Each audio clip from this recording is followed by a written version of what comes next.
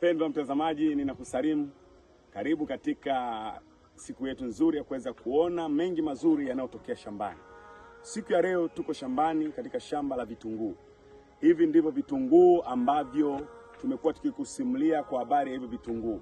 Ni vitunguu ambavyo viko dakika za mwisho kuweza kuvunwa. Imebakia wiki moja kuweza kuvunwa. Kama unavyoona katika shamba letu ni kubwa. Shamba letu ni kubwa. Ngoja usogee karibu hapo uweze kuona. Angalia mwenye vitunguu vimeshakuwa tayari.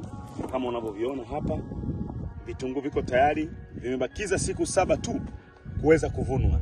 Kwa hiyo vitunguu ni vizuri kama unavyoona, vya kutosha.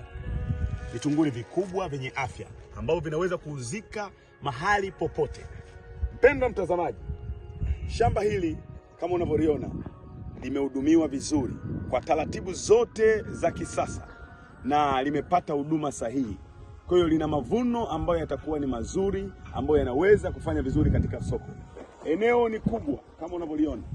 Mungu ametupa eneo kubwa kabisa na mradi huu hakika umekuwa baraka. Ukitazama kwa mbali kule ng'ambo, unaona ni season 1 na tumeweza kuvuna na bado kazi ya uvunaji pale inaendelea. Tayari magunia yameshasimamishwa, ni gari kuja kufika tunapobeba kuelekea sokoni. Lakini baada ya wiki moja mzigo huu unaoona mahali hapa na wenyewe utakuwa unatoka.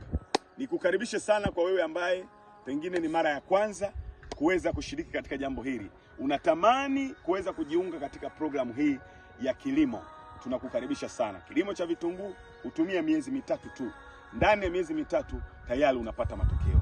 Kwa hiyo nikukaribishe sana katika kazi ya shamba, kazi ambayo ni baraka na kazi ambayo itabadilisha hatima yako.